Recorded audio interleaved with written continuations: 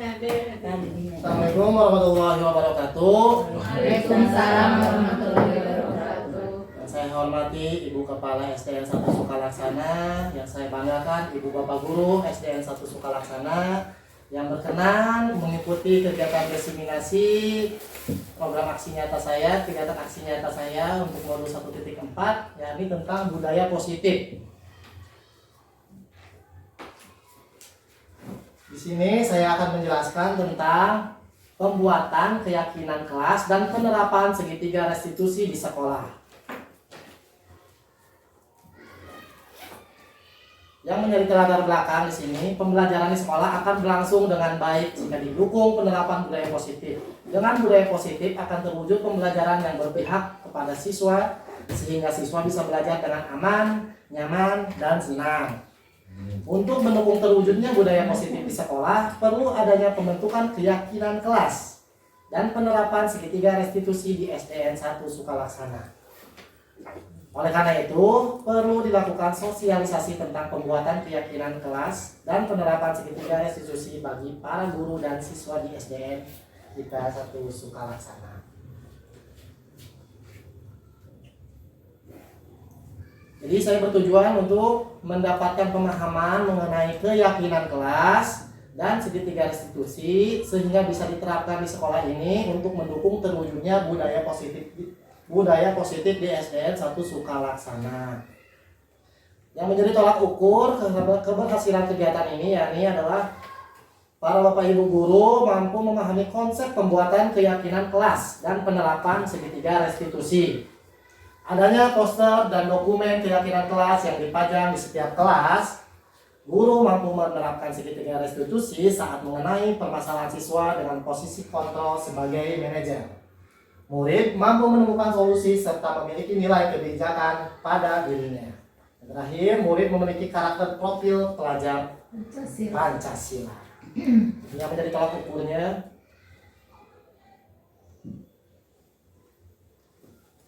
Tindakan yang akan dilakukan yang pertama membuat perencanaan kegiatan, membuat materi tentang budaya positif dalam bentuk slide PowerPoint, berkonsultasi dengan ibu kepala sekolah untuk mendapatkan masukan mengenai materi yang sudah dibuat dan penentuan jadwal sosialisasi, bekerja sama dengan petugas sarana prasarana untuk mempersiapkan ruang presentasi, melaksanakan presentasi dan sosialisasi, yang terakhir refleksi dan kegiatan. Dukungan yang dibutuhkan, dukungan dari kepala sekolah sudah barang tentu, kemudian rekan-rekan ibu bapak guru yang ada di sekolah untuk bisa melaksanakan rencana budaya positif di sekolah. Dukungan yang kedua berupa sarana dan prasarana sebagai penunjang menumbuhkan budaya positif di sekolah. Kemudian sosialisasi dan komunikasi serta koordinasi dengan orang tua atau wali siswa untuk bisa menerapkan budaya positif di rumah. Jadi ada koordinasi antara di sekolah dan di rumah untuk penerapan budaya positif ini. Nah, sekarang saya akan membagikan kegiatan diseminasi budaya positif di sekolah. Diseminasi adalah sebuah presentasi yang mengajak para pelakunya untuk bisa terlibat dan kedepannya menerapkan dan mempraktikkan apa yang telah disampaikan dipresentasikan kali ini. Kali ini saya diseminasi budaya positif di sekolah tentang keyakinan kelas dan penerapan segitiga restitusi di sekolah. Kita harus mengetahui terlebih dahulu filosofi pendidikan nasional Ki Hajar Dewantara. Tujuan pendidikan menurut Ki Hade adalah menuntun segala kodrat yang ada pada anak-anak agar mereka dapat mencari keselamatan dan kebahagiaan yang setinggi-tingginya, baik sebagai manusia maupun sebagai anggota masyarakat. Guru sebagai pamong yang menghamba pada anak dan dengan memperhatikan kodrat alam dan kodrat zaman, dengan menjadikan kasih sayang sebagai ruhnya, mendidik teliti dalam mencari potensi yang dimiliki anak, adil dalam memperlakukan anak, artinya kita harus memperlakukan anak sesuai dengan potensi yang dimilikinya.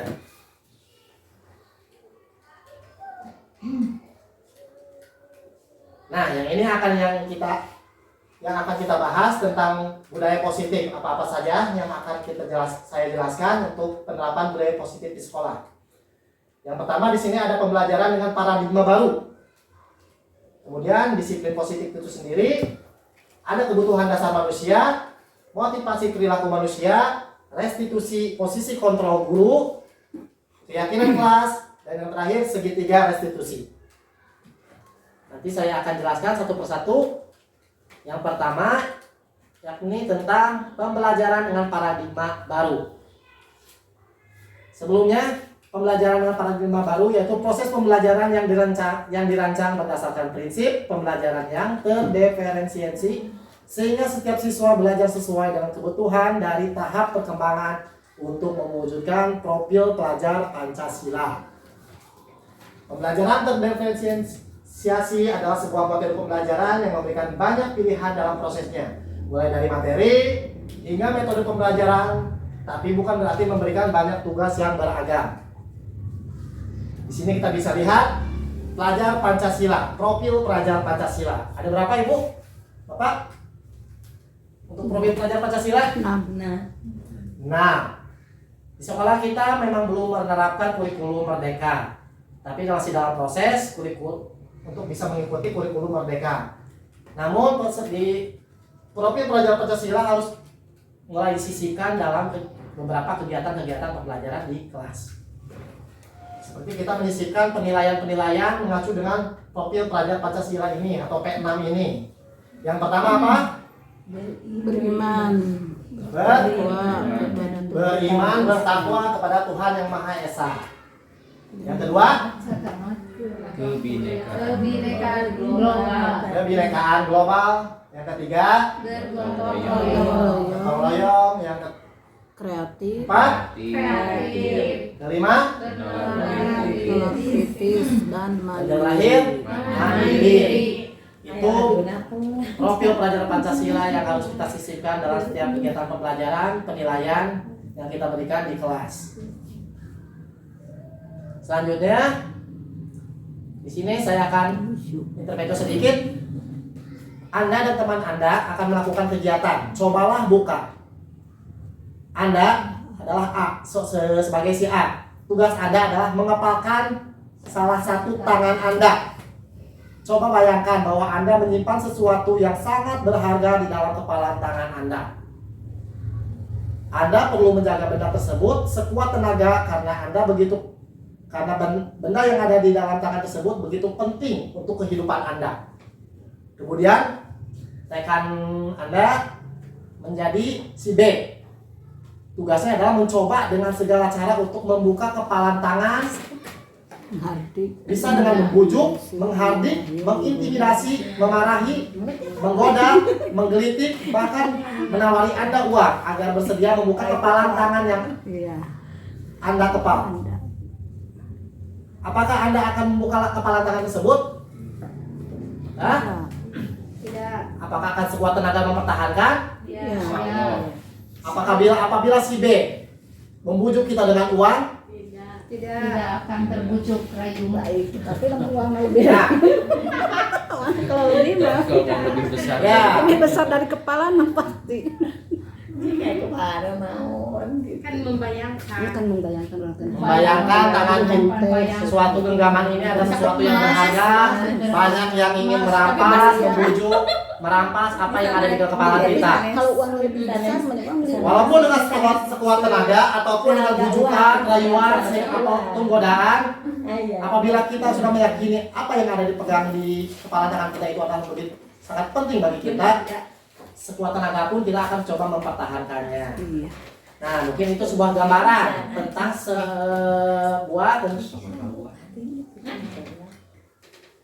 tentang posisi kontrol.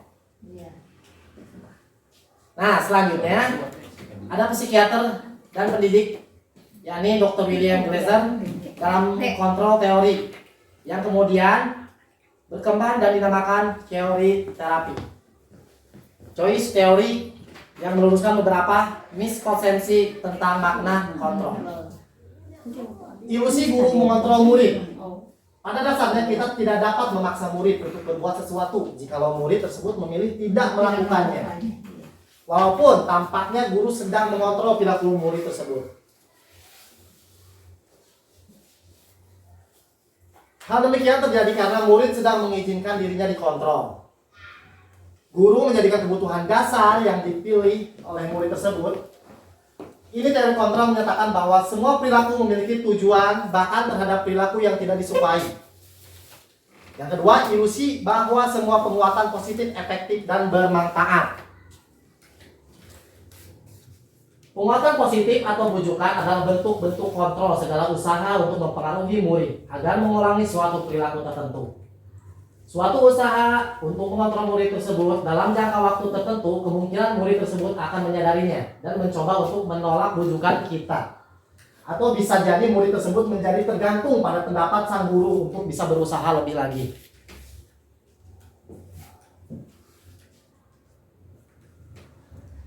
Yang ketiga ada ilusi bahwa kritik membuat orang merasa bersalah dapat menguatkan karakter. Menggunakan kritik dan rasa bersalah untuk mengontrol murid menuju pada identitas gagal. Mereka belajar untuk merasa buruk tentang dirinya. Mereka mengembangkan dialog diri yang negatif. Kadang kala sulit bagi guru untuk mengidentifikasi bahwa mereka sedang melakukan perilaku ini. Karena seringkali guru cukup menggunakan suara halus untuk menyampaikan pesan negatif.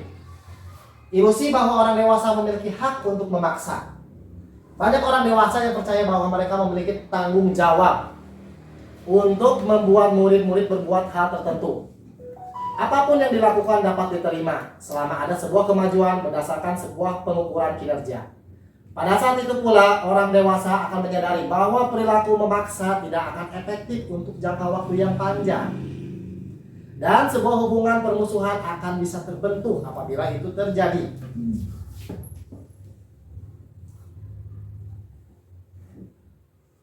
Di sini saya akan sampaikan mengatakan Stephen R. Covey, Principle Centered Leadership, mengatakan bahwa bila kita ingin membuat kemajuan, perlahan-lahan sedikit-sedikit ubahlah sikap atau perilaku kita terlebih dahulu. Namun bila kita ingin memperbaiki cara-cara utama kita, maka kita perlu mengubah kerangka acuan kita. Ubahlah bagaimana Anda melihat dunia, bagaimana Anda berpikir tentang manusia. Ubahlah paradigma Anda, skema pemahaman dan penjelasan aspek tertentu tentang realitas. Di sini ada tabel stimulus respon dan teori kontrol. Realitas, kebutuhan kita sama. Dalam teori kontrol, realitas, kebutuhan kita berbeda. Dalam stimulus respon, di sini ada semua orang melihat hal yang sama. Sedangkan dalam teori kontrol, setiap orang memiliki gambaran berbeda. Itu sedikitnya tentang tabel perbedaan stimulus, respon, dan teori kontrol. Nah, untuk yang kedua, disiplin positif. Tema yang saya sampaikan dan ingin galakan di sekolah ini. Ketika mendengar kata disiplin, apa yang terbayang di benak ibu bapak? Tentang disiplin. Mematuhi aturan. Tata tertib. Aturan. Apalagi? Tekanan. Tekanan. Tepat waktu. Disiplin berhubungan dengan sebuah aturan. Ya. Kebanyakan orang menghubungkan kata disiplin dengan tata tertib, teratur, dan kepatuhan pada peraturan. Kata disiplin juga sering dihubungkan dengan hukuman, padahal itu sungguh berbeda. Kita sering menyebut alasan pendisiplinan untuk siswa. Terkadang menggunakan cara seperti menghukum siswa, membuat siswa seperti disuruh berdiri di depan kelas apabila ada yang membuat kesalahan. Dengan dalih kita menyebutnya itu sebuah pendisiplinan bagi siswa. Tapi yang di sini dijelaskan bahwa itu disebut hukuman. Dalam budaya kita, makna kata disiplin dimaknai menjadi suatu yang dilakukan seseorang pada orang lain untuk mendapatkan kepatuhan. Kita cenderung menghubungkan kata disiplin dengan ketidaknyamanan. Ya, dan rata-rata dituntut disiplin itu harus ekstra kerja keras untuk bisa mewujudkan disiplin dan banyak rasa tidak nyamannya karena kita merasa diatur-atur oleh sebuah peraturan atau tata tertib. Jadi makna disiplin sesungguhnya di sini adalah disiplin berasal dari bahasa Latin, disiplina, yang artinya belajar. Disiplin adalah kemampuan memerintah dan menguasai diri sendiri untuk memilih tindakan yang penuh tanggung jawab sesuai dengan nilai-nilai yang kita hargai tanpa terperintah orang lain. Nilai-nilai yang kita hargai merupakan nilai kebajikan, sifat positif manusia, merupakan tujuan mulia yang ingin dicapai setiap individu. Nah, yang ketiga, kebutuhan dasar manusia. Semua yang kita lakukan adalah usaha terbaik kita untuk mendapatkan apa yang kita inginkan. Ketika kita mendapatkan apa yang kita inginkan, sebetulnya saat itu kita sedang memenuhi satu atau lebih dari satu kebutuhan dasar, yaitu kebutuhan untuk bertahan hidup. Yang pertama, kebutuhan yang paling dasar, yang paling kita perlukan, yaitu adalah kebutuhan bertahan hidup. Kemudian ada kebutuhan kasih, sayang, dan rasa diterima. Merasa diperhatikan, merasa disayangi, terlindungi dengan kebutuhan ini. Kemudian ada kebutuhan kebebasan. Ada kalanya kita ingin sejenak atau ingin tidak banyak terkekang, bisa bebas, leluasa. Kemudian kesenangan. Kebutuhan yang sering kita cari, sebuah kesenangan. Yang terakhir, penguasaan atau power. Ketika seorang murid melakukan sesuatu perbuatan yang bertentangan dengan nilai-nilai kebajikan atau melanggar peraturan, hal itu sebenarnya dikarenakan mereka gagal memenuhi kebutuhan dasar mereka. Untuk lebih jelasnya, mari kita lihat satu persatu kelima kebutuhan dasar ini. Yang pertama, bertahan hidup. Contoh, ada kasus. Ada seorang siswa bernama Asep. Dia dilaporkan oleh beberapa temannya karena sering meminta bekal makanan mereka dengan paksa. Jika Anda menghadapi situasi tersebut, apa yang Anda akan lakukan sebagai guru? Menurut Anda, apa alasan Asep melakukan hal tersebut? Silakan kita coba diskusi. Apabila ada pengalaman dari kita terhadap murid kita yang seperti ini, seperti Asep. Asep kelaparan, tidak diberi bekal oleh orang tuanya. Bisa, Asep terlalu apa? Kalau bahasa Sunda nama hawak, bahasa rakus. Terlalu rakus. Ya. Merasa jagoan bisa. Iya, dia Merasa berkuasa. jagoan. Merasa berkuasa sebagai siswa, jadi bisa menindas teman-temannya di kelas ya.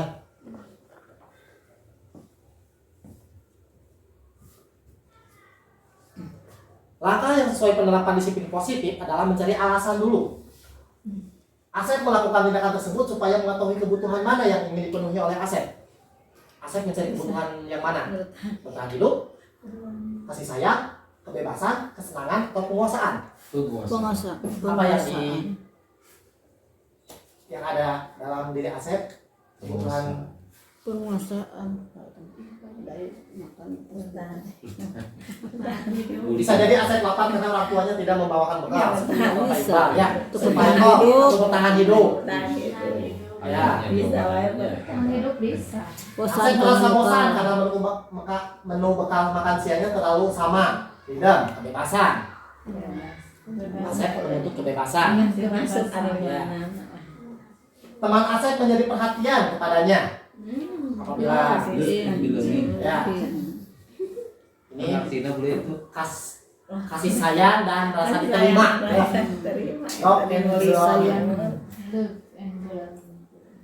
Asep merasa hebat karena ditakuti temannya.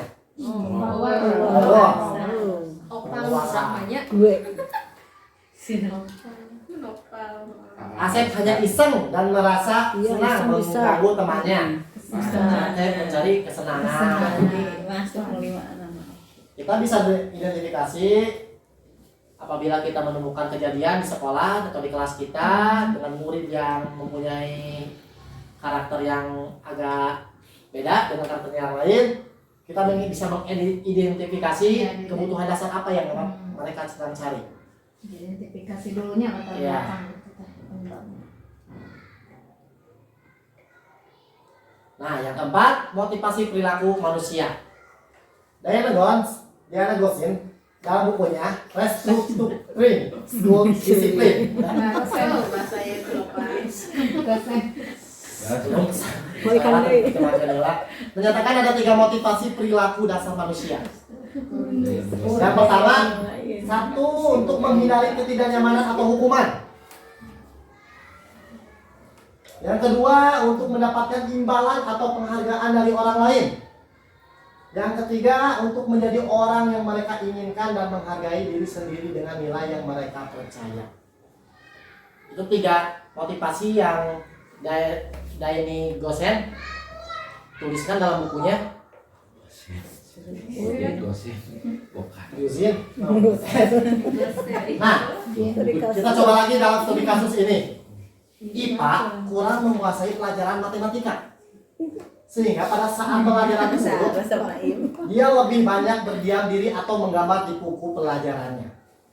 Pada saat guru matematikanya Pak Seno menanyakan pertanyaan kepada IPA, IPA menjadi gugup dan tak sengaja menjatuhkan tasnya dari kursi, serta tiba-tiba menjadi gagap pada saat berupaya menjawab. Seluruh kelas pun tertawa melihat perilaku IPA yang berbicara tergagap-gagap dan terkejut tersebut. Pak Seno pada saat itu membiarkan teman-teman IPA menertawakan IPA yang tergagap dan malu luar biasa, dan malahan meminta IPA untuk maju ke depan dan berdiri di depan kelas sambil menunjuk hidungnya karena tidak bisa menjawab pertanyaan Pak Seno. Kelas mungkin gaduh, dan anak-anak pun tertawa melihat IPA di depan kelas yang memegang ujung hidungnya. Apakah Anda setuju? Tidak. Tidak. Kita coba jawab pertanyaan di Tidak sini. bijaksana. Apakah Anda setuju dengan tindakan Pak Seno terhadap IPA? Tidak. Mengapa? Tidak bijaksana. Mengapa? Tidak bijaksana. Nah, Karena mental siswanya. bisa membuat IPA drop, Iya. Kurang. mental IPA benang, kena, mental IPA kena, sehingga membuat ada indikasi trauma yang akan didapatkan oleh IPA. Bisa juga kedepannya juga IPA tidak mau bersekolah lagi karena sudah terlanjur malu dan takut akan Pak Seno. Yang kedua, menurut Anda tindakan Pak Seno terhadap IPA adalah sebuah hukuman atau konsekuensi? Pak Seno menyuruh IPA ke depan, menunjuk hidungnya, itu adalah sebuah hukuman atau konsekuensi? Hukuman atau konsekuensi? Konsekuensi.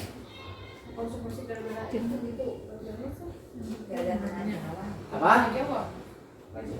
Ya. Dua, itu adalah menurut saya adalah sebuah hukuman. Maksudnya hukuman cuma salahnya. Nah, Kalau sebuah konsekuensi sebelumnya ada peraturan yang dibacakan terlebih dahulu, yang disepakati bersama terlebih dahulu. Konsekuensi Misalkan gitu. melanggar Ya. konsekuensinya ya. Tapi kalau melihat kasus ini, Pak Seno secara spontan melakukan itu kepada IPA. Nah, jadi di sini ada tabel identitas gagal dan identitas sukses tentang hukuman dan disiplin. Kita akan coba salah satu di sini. Sebuah hukuman membuat sesuatu yang menyakitkan harus terjadi. Itu sudah jelas ya. Kalau kita diberi hukuman pasti ada yang maka ada yang tersakiti kan? Kalau konsekuensi sesuatu harus terjadi, baik itu sebuah konsekuensi yang harus kita lakukan apabila kita melanggar. Nah, yang di sini yang terakhir restitusi. Restitusi ini adalah merupakan pilihan. Nanti kita bahas di slide berikutnya. Kemudian hukuman di sini membuat tidak nyaman untuk murid untuk jangka waktu yang sangat panjang. Sudah pasti ya, namanya hukuman. Kalau bisa membuat seorang itu menjadi pendendam, bisa merubah tingkah laku dan pola pikir siswa tersebut. Kalau dengan konsekuensi tidak nyaman untuk murid hanya dalam jangka waktu pendek, anak masih bisa menerima apa yang menjadi konsekuensinya. Sedangkan kalau dengan restitusi menguatkan kembali anak tersebut, walaupun dia mempunyai kesalahan, Tapi anak itu tidak terlalu dihardik, tidak terlalu disalahkan, tapi dikuatkan dan bisa membentuk dirinya dengan lebih baik lagi. Nah, kita harus tahu dulu tentang hukuman. Hukuman bersifat tidak terencana atau tiba-tiba. Anak atau murid tidak tahu apa yang akan terjadi dan tidak dilibatkan. Hukuman bersifat satu arah. Jadi kalau kita memberikan hukuman tapi anak-anaknya tidak diberitahukan dulu kalau melakukan pelanggaran akan ini, itu disebutnya dengan hukuman yang bersifat satu arah. Hanya yang ditimbulkan dari pihak guru saja. Kemudian murid hanya menerima satu hukuman tanpa melalui suatu kesepakatan terlebih dahulu atau pengarahan dari pihak guru, baik sebelum atau sesudahnya. Hukuman yang diberikan bisa berupa fisik maupun psikis. Murid dan anak disakiti oleh suatu perbuatan atau kata-kata. Sedangkan konsekuensi yakni sebuah yang sudah terencana atau sudah disepakati sebelumnya, sudah dibahas dan disetujui oleh guru sebagai pembuatnya dan murid sebagai pelakunya. Jadi ada kesepakatan bersama. Umumnya bentuk-bentuk konsekuensi dibuat oleh pihak guru dan murid sudah mengetahui sebelumnya. Konsekuensi yang akan diterima bila ada pelanggaran pada konsekuensi murid tetap dibuat tidak nyaman untuk jangka waktu pendek. Konsekuensi biasanya diberikan berdasarkan suatu data yang umumnya dapat diukur. Misalkan setelah 3 kali tugasnya tidak diselesaikan pada batas waktu yang diberikan, atau murid melakukan kegiatan di luar kegiatan pembelajaran yang misalnya dia mengobrol, maka murid tersebut kehilangan waktu bermain dan harus menyelesaikan tugasnya karena ketertinggalannya. Itu sebuah konsekuensi. Jadi sikap guru di sini juga sebagai memonitor murid. Kemudian di sini ada restitusi. Ini yang saya akan galakan dan saya ingin coba ajak rekan-rekan untuk bisa mempraktikkan restitusi ini. Restitusi adalah proses menciptakan kondisi bagi murid untuk memperbaiki kesalahannya sehingga mereka bisa kembali pada kelompok mereka dengan karakter yang lebih kuat. Jadi kan biasanya kalau ada siswa yang melakukan pelanggaran tersebut, siswa tersebut sudah diacuhkan atau dikucilkan, membuat siswa tersebut drop atau mentalnya bisa kena. Tapi dengan restitusi mereka dikuatkan kembali oleh guru, diberikan pemahaman lebih lagi oleh guru sehingga bisa masuk kembali kepada kelompoknya atau teman sekelasnya.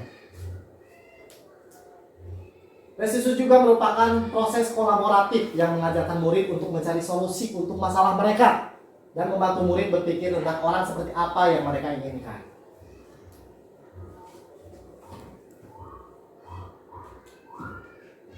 Nah, di sini ada pernyataan menarik. Dihukum oleh penghargaan.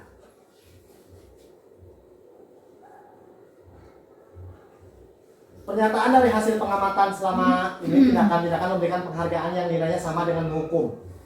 Ada baru dengar nggak tidak di sini bahwa sebuah penghargaan adalah hukuman? Ada yang pernah dengar belum? Penghargaan. Saya juga baru mengetahui setelah mengikuti kegiatan-kegiatan guru penggerak ini ya. Ternyata sebuah penghargaan pun itu adalah sebuah hukuman. Penghargaan efektif jika kita menginginkan seseorang melakukan sesuatu yang kita inginkan dalam jangka waktu yang pendek. Jika kita menggunakan penghargaan lagi dan lagi, maka orang tersebut akan ketergantungan pada penghargaan yang diberikan serta kehilangan motivasi lagi dalam dirinya. Jika kita mendapatkan penghargaan untuk melakukan sesuatu yang baik, maka selain kita senantiasa berharap mendapatkan penghargaan tersebut, kita pun menjadi tidak menyadari tindakan baik yang kita lakukan.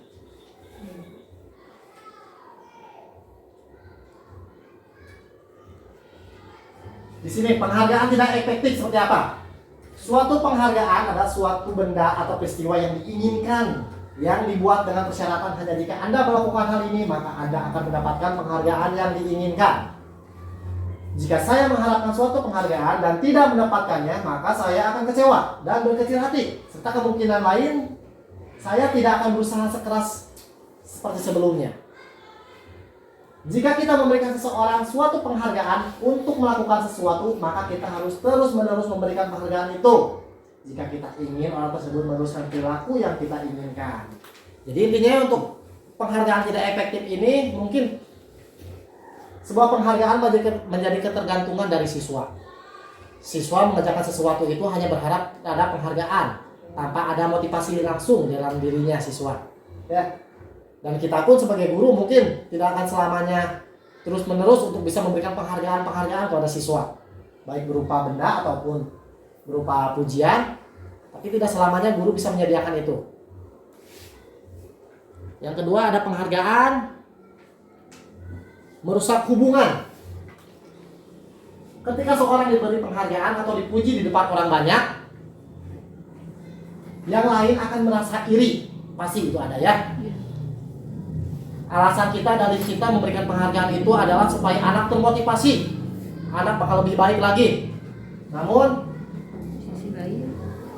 karakteristik anak berbeda di sini. Ada yang bisa menerima, ada yang bisa rendah diri atau rendah hati anaknya, sehingga menganggap itu sebagai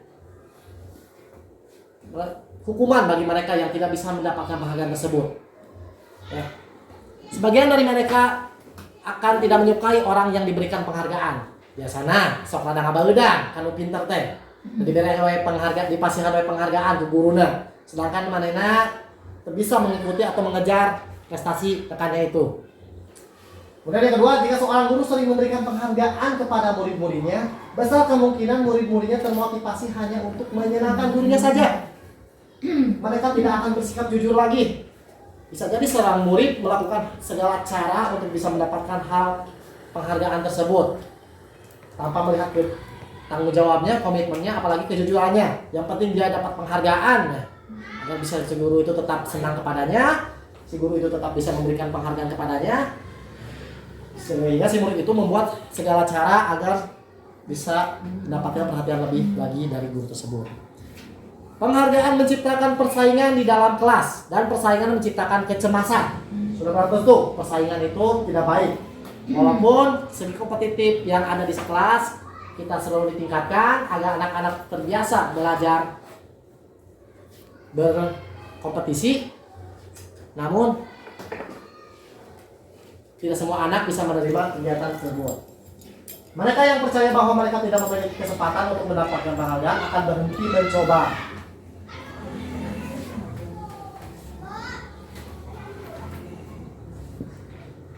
Penghargaan yang menghukum. Mereka yang tidak mendapatkan penghargaan, misalnya dalam sistem ranking, mereka yang mendapatkan ranking kedua akan merasa paling dihukum. Pernah dengar ini?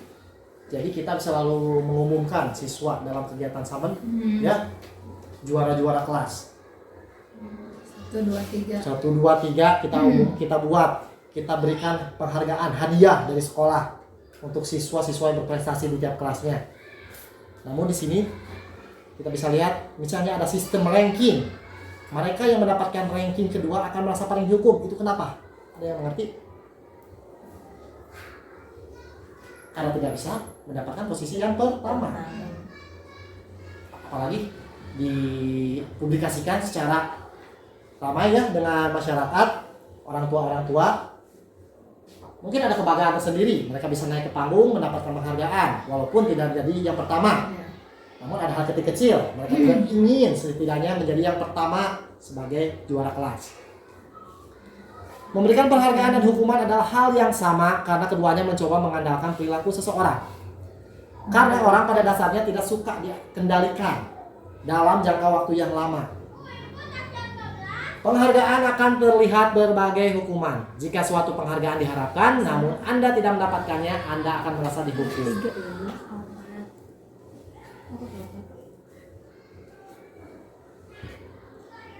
Penghargaan yang sesungguhnya, di sini ada motivasi dalam diri atau intrinsik. Saat seorang anak belajar untuk pertama kalinya menggabungkan huruf-huruf dan kata-kata serta menyadari bahwa ia dapat membaca, timbul tija di matanya dan sebuah senyuman di wajahnya. Anak tersebut begitu gembira bahwa ia telah mempelajari dan menguasai suatu keterampilan baru, kesadaran dan kemampuan bahwa dia sudah dapat membaca. Semuanya sudah merupakan sebuah penghargaan.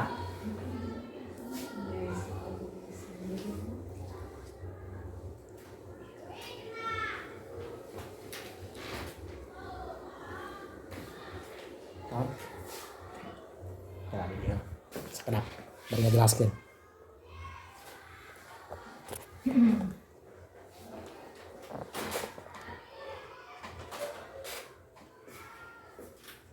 restitusi dan posisi kontrol guru.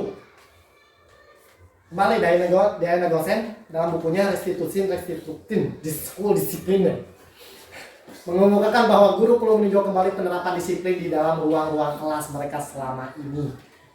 Apakah telah efektif, apakah berpusat dan memerdekakan dan memandirikan murid.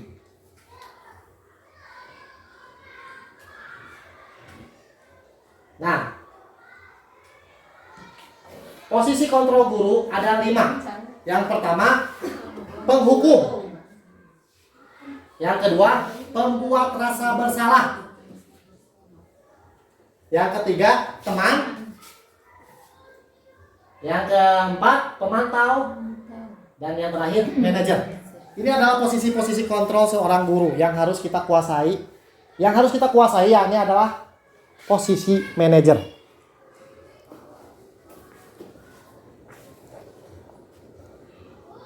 Kita akan jelaskan satu persatu. Kita lihat contoh video di sini ya.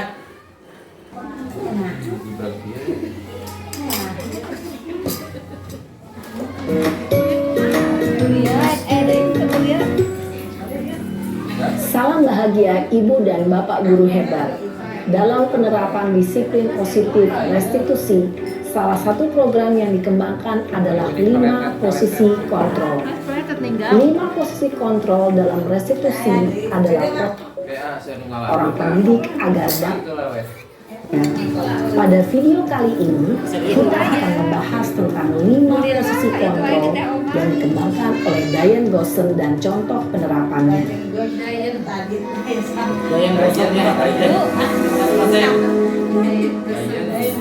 Kita coba simak di sini. 5 posisi kontrol itu Contoh posisi kontrol adalah bagi 1. Posisi penghukum. 2. Posisi pembuat merasa bersalah.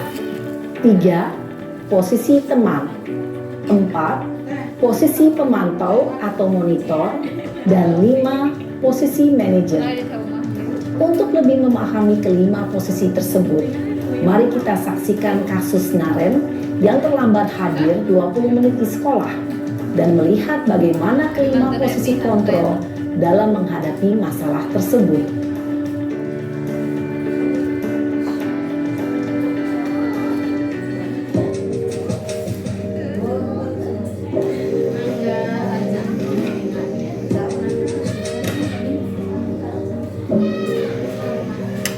Naren, sini kamu. Selamat pagi Bu. Selalu terlambat. Kamu deh, pasti terlambat. Maaf Bu, saya Apa? Apa coba? Alasan kamu apa lagi? Kapan sih kamu tidak terlambat? Malas sekali ya kamu jadi anak. saya Dasar pemalas. Gak kapok-kapok sih kamu. Sudah berapa kali terlambat? Sana, kamu keliling lapangan basket 2 kali. Kenapa saya harus keliling lapangan basket Bu? Kenapa? Kamu melawan ibu? Berani-beraninya jawab. Sudah terlambat, masih berani jawab pula. Sekarang, keliling lapangan basket 5 kali sekalian. Biar kapok. Cepat. Pergi sana ke lapangan basket.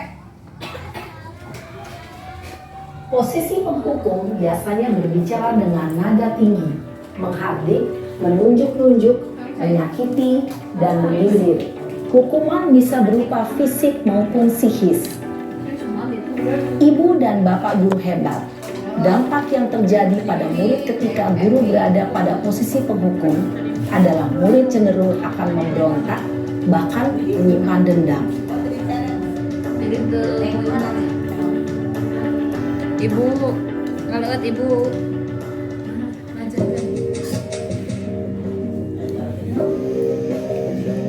Kita simak posisi yang kedua, posisi pembuat rasa bersalah.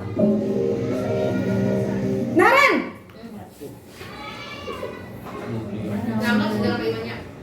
Selamat pagi Bu. Naren. Kamu kenapa terlambat lagi, nak? Ya Tuhan, Naren. Kamu senang ya bikin ibu susah ya? Kalau kamu terlambat lagi, nanti ibu Dia pernah Disangka gitu ya, ibu siswa. tidak bisa membina kamu. Tahunya ke ibu. Aduh, gimana Kita ini? membuat rasa bersalah bagi siswa. Maaf Bu, Duh Gusti Naren, Naren. Dampaknya. Kamu suka ya kalau ibu ditegur bapak Kayak ibu kepala sekolah? diceraikan ke ibu kepala. Terus? Nah, Sekarang itu ibu kan harus tulis apa ini di buku absen? Ini Dia kamu sudah mengembangkan sering terlambat loh. kesalahan nanti ke Ibu anak. harus apa coba? maaf Bu, maaf sekali. Ya sudah, lain kali jangan bikin ibu susah lagi ya nak ya. Ibu tidak akan kuat lagi kalau kamu begini terus. Bisa jantungan kalau ibu ditegur bapak kepala sekolah. Sana cepat ke kelas. Maaf ya Bu, maaf sekali.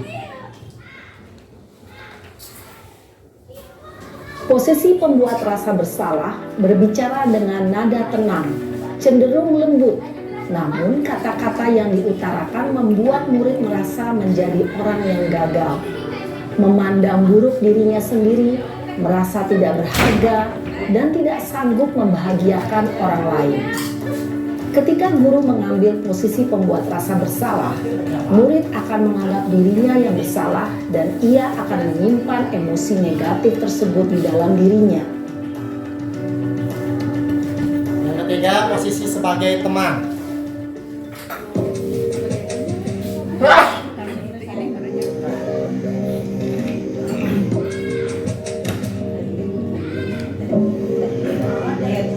Naren,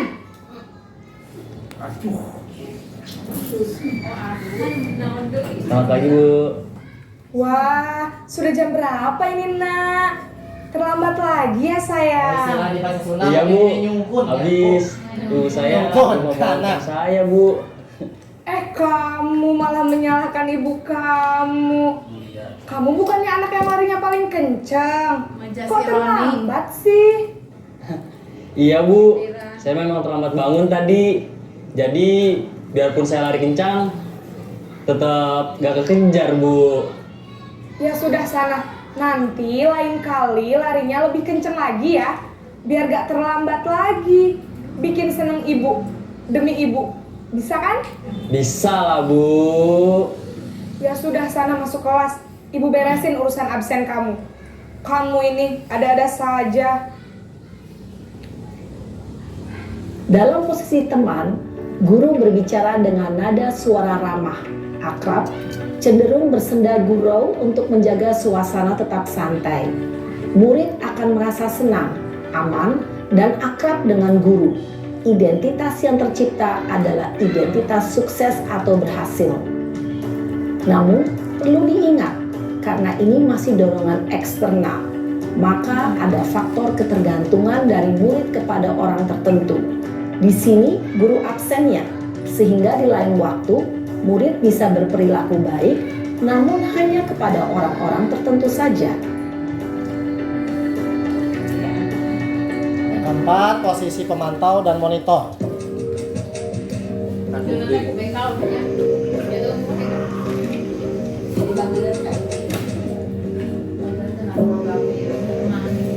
Naren!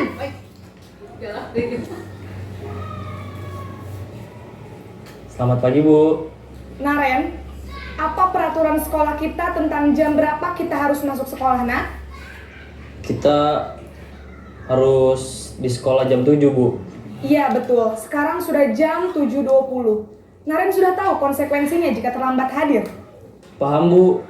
Saya harus tinggal kelas pas jam istirahat selama 20 menit. Iya benar, konsekuensinya demikian. Jadi nanti jam 9.30 pas istirahat, kamu harus tinggal di kelas, kerjakan tugas tambahan untuk ketertinggalan kamu, ya? Baik Bu. Posisi pemantau mengandalkan penghitungan atau data untuk mengontrol murid. Guru mengarahkan murid berdasarkan peraturan dan konsekuensi. Seorang pemantau menunjukkan bahasa tubuh dan ekspresi wajah yang datar dan cenderung formal.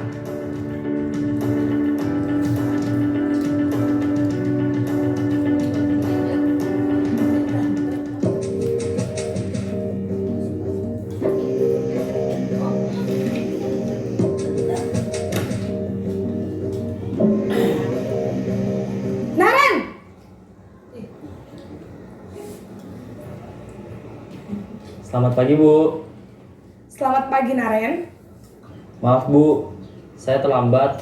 Iya, sekolah masuknya jam 7, sekarang sudah jam 7.20. Jadi sekarang bagaimana ini Naren? Maaf, Bu. Saya lupa setel alarm saya semalam. Baiklah, menurut kamu, keyakinan sekolah yang mana yang perlu kamu tingkatkan? Menghargai diri sendiri dan orang lain mungkin ya, Bu. Setuju. Jadi, apakah Naren meyakini prinsip saling menghormati tersebut? Iya, Bu. Saya meyakininya. Apakah Naren bersedia memperbaiki masalah keterlambatan ini? Bersedia, Bu. Bagaimana kamu akan perbaiki masalah keterlambatan ini?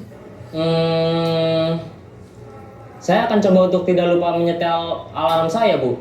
Baik, kalau Naren lupa menyetel alarm di rumah, ada orang yang kira-kira bisa bantu mengingatkan tidak? Ada, Bu. Kakak saya, Kak Ema. Ada lagi selain Kak Emma? Selain Kak Ema, ada ibu saya. Baik, jadi yang mengingatkan Naren adalah Kak Emma dan ibu kamu ya? Kira-kira akan mulai setel alarm kapan nih Naren? Setelah pulang sekolah, akan segera saya lakukan. Baik, jadi Naren akan setel alarm untuk bangun besok pagi dan akan diingatkan oleh kakak dan ibunda Naren ya. Ada lagi yang mungkin perlu dilakukan Naren agar tidak terlambat bangun lagi? Tidak ada, Bu. Baik Naren, terima kasih untuk kerjasama kamu. Sekarang kamu perlu kembali ke kelas untuk belajar. Baik, Bu. Terima kasih. Posisi manajer adalah posisi kontrol yang disarankan untuk membimbing murid memiliki sikap disiplin yang positif, yaitu murid yang mandiri, bertanggung jawab, dan dapat memecahkan masalah. Tujuan dari posisi ini adalah agar murid dapat berefleksi atas tindakannya. Guru akan dengan tulus memberikan pertanyaan-pertanyaan bermakna, sehingga membuat murid dapat belajar dari kesalahannya dan mencari sebuah solusi untuk menyelesaikannya. Ibu dan Bapak guru hebat, setelah mengamati adegan kelima posisi kontrol tadi, kira-kira posisi mana yang paling ideal? Posisi mana yang dapat menunjang motivasi intrinsik murid? Ya, tentu posisi manajer. Posisi ini memang posisi ideal yang ingin dituju setiap pendidik.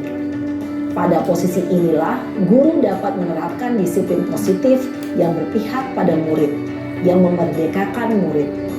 Perjalanan seorang pendidik tentunya tidak mudah untuk sampai pada posisi seorang manajer.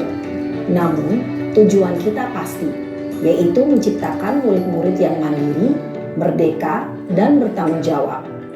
Semoga penggambaran 5 posisi kontrol yang telah diperlihatkan ini dapat menjadi ajang refleksi bagi kita semua, agar dapat terus mengasah dan menerapkan disiplin positif yang memerdekakan murid.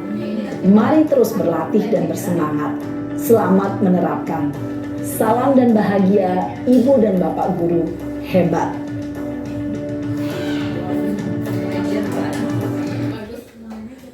Ya, bisa seperti itu ya. 5 posisi kontrol yang harus kita ketahui.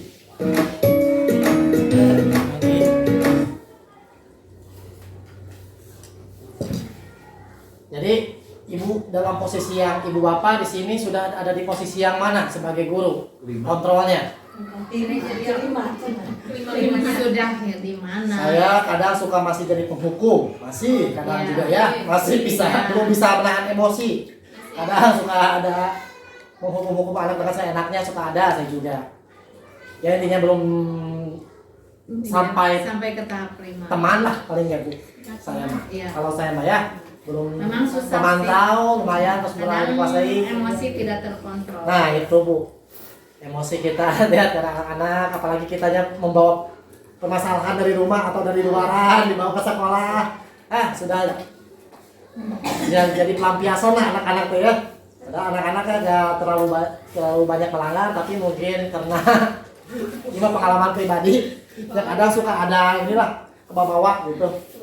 Tapi kita di sini semuanya sama-sama belajar, berubah untuk jadi lebih baik lagi, berubah menuju posisi kita sebagai manajer untuk bisa mendidik dan menanggulangi apa yang menjadi permasalahan-permasalahan dari siswa. Nah, di sini juga ada tabel tentang motivasi eksternal dan intrinsik. Penghukum, pembuat merasa bersalah, teman, pemantau, dan manajer. Guru. Sudah barang tentu ya, kalau menghukum guru pasti menghardik, menunjuk-nunjuk, menyakiti. Malahan menyakiti seperti kontak fisik langsung dengan anak. Menyindir itu juga sebuah menghukum. Itu dalam kolom penghukum. Kemudian pembuat merasa bersalah, berceramah, menunjukkan kekecewaan yang mendalam terhadap murid. Ya, seperti saya pernah juga melakukan pembuat merasa bersalah. Nah, anak bilang saya akan dimarahi oleh kepala sekolah karena kamu tidak nurut. Itu pernah lah. Menakut-nakuti. Iya, menakuti ada seperti sana. Kemudian teman membuatkan alasan-alasan untuk muridnya. Soal si murid itu salah, ya kita sebagai posisi sebagai teman tidak membesar-besarkan masalahnya, menutup-nutupi malahan kesalahannya agar bisa dia melanjutkan kegiatan-kegiatan pembelajaran lainnya. Memantau, menghitung dan mengukur. Manajer mengajukan pernyataan. Dan di sini ada hasilnya. Kalau dihukum mungkin murid akan memberontak, mendendam, menyalahkan orang lain. Ya. Sedangkan untuk pembuat merasa bersalah, menyembunyikan atau menyangkal dan berbohong. Untuk teman, akan jadi ketergantungan. Apabila kita memposisikan sebagai teman untuk seorang murid, terus kita tidak ke sekolah atau izin tidak ke sekolah, mungkin murid itu akan tetap seperti itu sikapnya atau berbeda. Karena murid itu sudah ketergantungan dengan guru tersebut, ya. Tidak ada yang guru tersebut mungkin anak itu menjadi lebih brutal atau menjadi lebih murung dengan posisi teman itu. Manajer menyesuaikan bila diawasi. Ya, itu manajer mah kalau ada guru baru dia melakukan nurut. Kalau tidak ada biasa lagi. Tapi kalau manajer Menguatkan. sudah punya karakter tersendiri, Iya. karena sudah dikuatkan sebelumnya dengan sikap manajer dari guru tersebut. Ya, sama ya. Ini untuk motivasi dari murid. Untuk kalau murid di sini misalkan saya tidak peduli, murid itu melawan kalau guru hukum. Dalam kolom berbuat rasa bersalah, maafkan saya, mungkin ada rasa bersalah, ya terserah. Dalam kolom teman, saya berpikir bahwa saya pikir bapak atau ibu teman saya tuh kalau ada hal yang tidak enak, mungkin anak itu akan bilang seperti itu. Pemantau dan manajer seperti yang tercantum dalam kolom. Nah, kita coba selanjutnya ya. Kita coba mengisi kolom-kolom ini. Pada tabel berikut isilah kolom siapa yang mengatakan dengan posisi kontrol menurut Anda yang sering mengucapkan pernyataan tersebut. Saya kecewa sekali dengan kamu. Posisi kontrol apa itu? Satu. Hah? Satu. Apa? Penghukum. Penghukum, pembuat rasa bersalah, teman. Saya kecewa sekali dengan kamu. Membuat rasa bermasalah. Pembuat rasa bersalah Salah.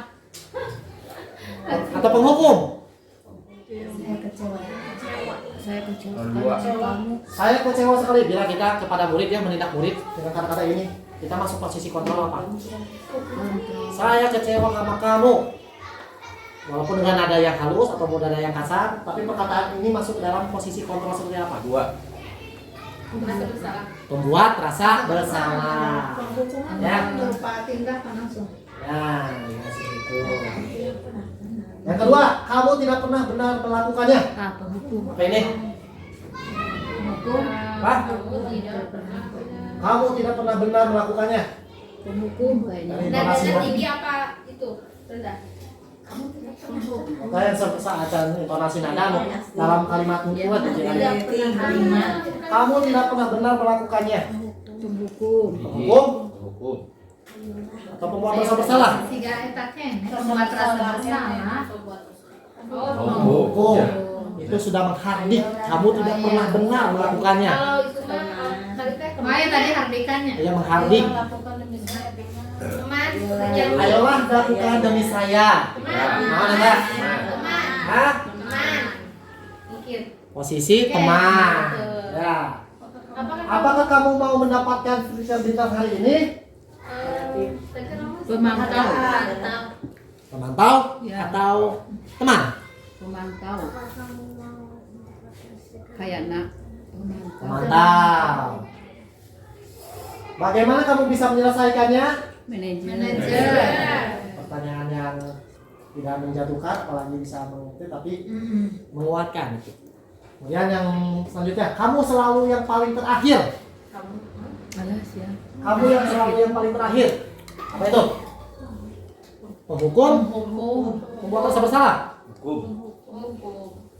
Penghukum kayaknya. Sini-sini nah. Kamu selalu yang paling terakhir. Menyakitkan lah. Menghardik ya punya. Menghardik. Menghardik. Tuh, ya. Sehingga kamu tidak pernah melakukan, tidak pernah benar. Hukum. Kamu tidak akan mendapatkan bintang bila tidak menyelesaikan tugas ini. Apa itu? Pemantau. Berapa kali sih saya sudah mengatakan kepada kamu? Nah, ini kata-kata ini. Bersalah. Seberapa kali ibu tosnya nyerios? Kamu tidak, Kamu. itu tuh pembuat rasa bersalah. Membuat rasa bersalah atau penghukum? Berapa kali sih saya sudah mengatakan bersalah Jadi kayaknya. karena hati kita bakal mulanya ke arah Rasa bersalah. Kalau kata-kata yang masuk ke dalam kau? rasa bersalah. Penghukum. Hukum lebih. Oh, jadi Masih. menyakiti. Ingat, bukan. Ingat bukan apa yang telah saya lakukan untuk kamu. Hah? Teman. Ingat bukan apa yang telah saya lakukan untuk kamu. Bersalah. Membuat rasa bersalah. Teman. Bersalah kayaknya. Apa? Teman. Teman. Ya, kamu-kamuan gitu ya. Kamu jadi rasa Kamu. Kamu tidak akan pernah berhasil dalam kehidupan ini. Aduh. Ini. Hah? Kamu tidak akan pernah berhasil dalam kehidupan ini. Muntah. Penghukum. Ini jahat banget. Pertama iya, pengutung. hukum ya. Mengutuk pertama. Jelas itu penghukum ya. Iya. Seolah mensumpahi Itu anak, manajer. sumpah serapah pada anak. Terakhir manajer. Apa rencanamu untuk menyelesaikan ini? Manajer. Alhamdulillah, ibu bapak hampir sudah mengetahui tentang posisi kontrol. Nah, selanjutnya keyakinan kelas. Mengapa keyakinan kelas? Mengapa tidak peraturan kelas saja? Ada yang pernah di kelas itu kemarin saya buat keyakinan kelas dengan anak-anak kelas 3. Tapi sebelumnya juga sudah ada kesepakatan kelas ya. Oh iya. Sebelumnya waktu di untuk kelas 4 saya lihat itu masih ada itunya apa posternya. Jadi mengapa keyakinan kelas? Mengapa tidak peraturan kelas? Biasanya peraturan kelas ya. Bukan keyakinan. Peraturan kelas atau peraturan kelas? Kesepakatan kelas biasanya. Mengapa Kerjaan dari diri keyakinan kelas? diri siswa. Udah bagus. Kalau peraturan Memahami peraturan mah dibuat oleh guru. Kalau itu bareng-bareng dari siswa dan siswa. guru. Nah, lagi bu, kalau peraturan bakal ada yang kalau peraturan mah rawan untuk dilanggar ya biasa nama karena peraturan mah Iya, harus rawan untuk dilanggar. dan ada Tapi untuk keyakinan didapat dari sebuah kesadaran karena itu meyakini. Ya, benar gitu. Nah, mengapa kita memiliki peraturan tentang penggunaan helm pada saat mengendarai kendaraan roda 2? Tahun sekolah Karena saya ditilang. Bukan keselamatan. Seperti Yogi ya. Ya, no. Nah, makna keyakinan kelas. Keyakinan kelas adalah nilai-nilai kebajikan atau prinsip universal yang disepakati bersama secara universal. Lepas dari perbedaan agama, suku, negara, dan bahasa. Suatu keyakinan akan lebih memotivasi seorang dari dalam atau intrinsik. Seseorang akan lebih semangat untuk menjalankan keyakinannya daripada hanya sekedar mengikuti peraturan tertulis. Nah, itu mungkin jadi bedanya ya. Kenapa tidak peraturan? Kenapa keyakinan? Karena seseorang akan lebih bersemangat untuk menjalankan keyakinan daripada hanya sekedar mengikuti peraturan. Murid-murid pun demikian. Mereka perlu mendengarkan dan memahami arti sesungguhnya tentang peraturan-peraturan yang diberikan. Nilai-nilai kebajikan di balik peraturan tersebut, apa tujuan utamanya dan menjadi tidak tertarik atau takut sehingga hanya sekedar mengikuti serangkaian peraturan-peraturannya. Kak Ibu. Contoh, membuat peraturan kelas menjadi pembentukan keyakinan. Di sini, misalkan kita menulis peraturan, kembalikan barang ke tempatnya. Kalau secara kebajikan ini pesan, bisa kita singkat lagi kata-katanya. Bertanggung jawab sudah termasuk bertanggung jawab untuk mengembalikan barang ke tempatnya itu sudah termasuk dengan sifat bertanggung jawab. Dilarang mengganggu orang lain. Kata-kata universalnya, kebijakan universalnya saling menghormati. Nah, itu sebagian contohnya ya. Cara menyusun keyakinan kelas. Budaya positif, peraturan kelas, keyakinan kelas, lingkungan positif, budaya positif. Saya akan tampilkan kemarin ini hasil kegiatan-kegiatan dengan kelas 3, membuat kesepakatan di kelas 3. Jadi di sini siswa diajak berunding, berdiskusi tentang apa yang mereka harus sepakati di kelasnya. Jadi seolah-olah kita tidak akan memberatkan siswa karena kita tidak satu arah dari guru saja yang membuat peraturan tersebut, tapi ada sebuah kesepakatan yang disepakati oleh siswa tersebut. Jadi menjadikan itu sebuah keyakinan bagi siswa untuk dilakukan atau ditaati.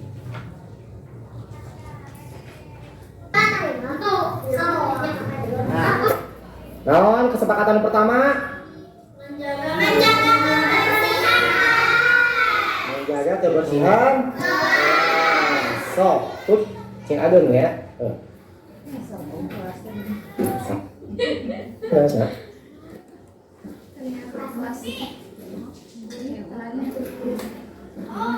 Toh, sepakatnya kelas kudu anak-anak dibuat pada tempat menghargai guru untuk membuat sebuah keyakinan dengan diskusi bersama guru sebagai pemantau di situ, guru menghargai dan menghormati teman, menuangkannya di dalam kertas untuk dipasang dipajang di kelasnya masing-masing.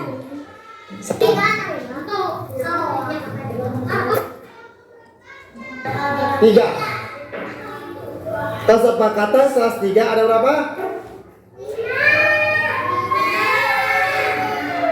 Yang pertama menjaga kebersihan. Yang kedua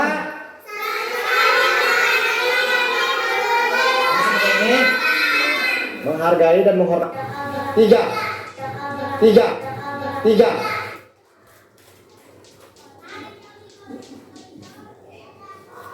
Setelah kesepakatan kelas dibuat, yang siswa menuliskan masing-masing kesepakatan yang dibuatnya, kemudian ditandatangani oleh beberapa siswa, semua siswa di kelasnya sebagai bentuk penyataan sikap mereka terhadap kesepakatan yang mereka buat di kelasnya. Jadi mereka juga selain menulis dan membuat pernyataan tentang kegiatan ini. Ini contoh-contoh sebuah keyakinan di kelas. Jadi Bapak Ibu silakan coba di kelasnya masing-masing untuk membuat tabel atau poster keyakinan kelas dengan para siswanya. Cari kata-kata yang mampu disepakati oleh siswa, kata-kata yang tidak memberatkan siswa tapi mendisiplinkan sekolah dan disiplinkan siswa. Ini seperti ini contoh-contohnya. Bu Bapak bisa buat dari seperti tadi. Kalau anak-anak kelas bawah mungkin sama gurunya dibimbing untuk menulisnya. Anak-anak ikut berdiskusi.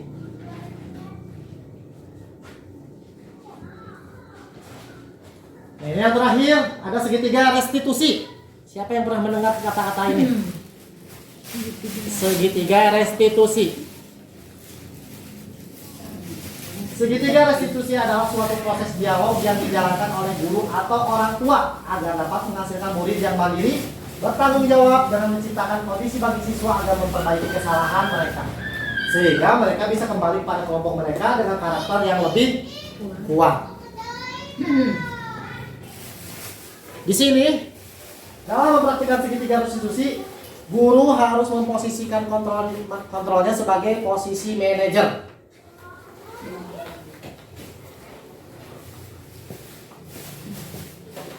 Membantu siswa menjadi memiliki tujuan, membantu siswa untuk jujur pada diri sendiri dan introspeksi dampak dari kesalahannya, memberikan penawaran bukan paksaan.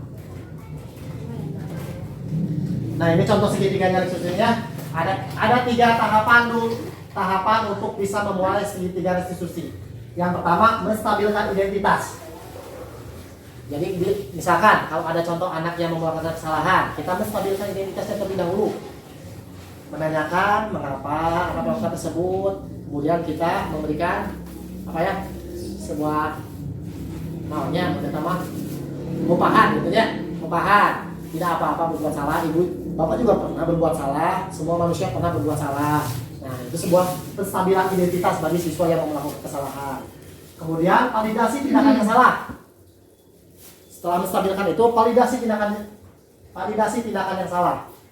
Tanyakan, kamu tentu punya alasan mengapa melakukan itu. Misalkan anak tersebut terlambat. Kamu kan punya alasan mengapa kamu terlambat ke sekolah. Anak sudah menjelaskan apa yang menjadi alasannya dia terlambat seperti itu. Adakah cara yang lebih efektif untuk mendapatkan yang kamu butuhkan? Nah, kemudian menanyakan keyakinan. Nah, sebelumnya juga kita harus membuat keyakinan terlebih dahulu untuk bisa mempraktikkan segitiga restitusi ini. Jadi kita kaitkan keyakinan-keyakinan yang telah dibuat di kelas kita untuk kita tanyakan kembali. Seperti kamu ingin menjadi orang yang seperti apa? Keyakinan kelas apa yang telah kita sepakati? Untuk bisa dipraktikkan di 3 restitusi. Sebelumnya juga saya pernah melakukan tugas di sini membuat skenario siswa yang bermasalah dengan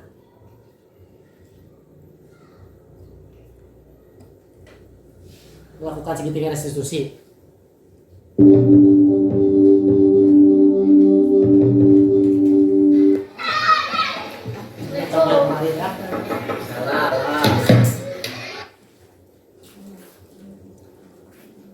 Nah, itu seperti tadi itu videonya ya.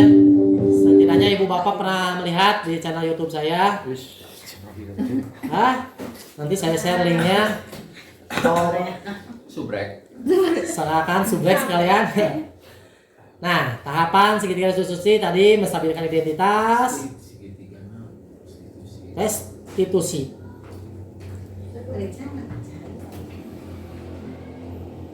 Memvalidasi tindakan yang salah,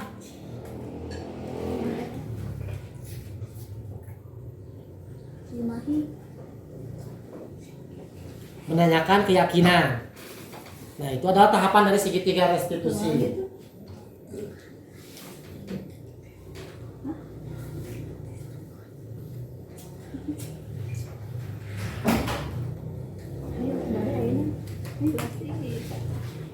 Hal yang perlu diperhatikan dalam segitiga restitusi adalah perilaku yang salah perlu dikaitkan dengan nilai-nilai atau keyakinan-keyakinan yang telah disepakati sebelumnya atau yang kita buat sebelumnya di kelas dengan siswa. Perlu adanya usaha perbaikan dari yang berbuat kesalahan. Perlu diidentifikasikan waktu dari pihak yang berbuat kesalahan. Tanyakan kapan mulai untuk memperbaiki masalah tersebut.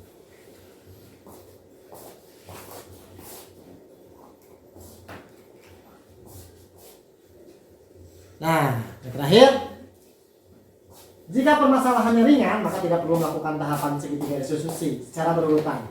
Kita dapat dengan langsung saja menanyakan keyakinan kelas apa yang dilanggar, yang dan disepakati oleh siswa yang membuat kesalahan tersebut. Intinya, setelah melakukan tahap segitiga restitusi, murid menjadi lebih kuat secara pribadi, membuka wawasan, murid agar dapat menyelesaikan permasalahan-permasalahannya sendiri, serta murid semakin percaya diri, mandiri, dan merdeka sesuai dengan amanat kurikulum kita, Merdeka Belajar, dan amanat konsep pendidikan Ki Hajar Dewantara tentang filosofi pendidikannya. Sekian Bapak Ibu, mohon maaf sebelumnya, bukan maksud untuk menggurui, bukan maksud untuk merasa lebih pintar. Sharing berbagi ini saya ucapkan untuk mengajak Bapak Ibu untuk bisa menerapkan budaya positif di sekolah kita SDN 1 Sukalaksana. Akhirul kalam, wassalamualaikum warahmatullahi wabarakatuh. Waalaikumsalam warahmatullahi wabarakatuh. Oh.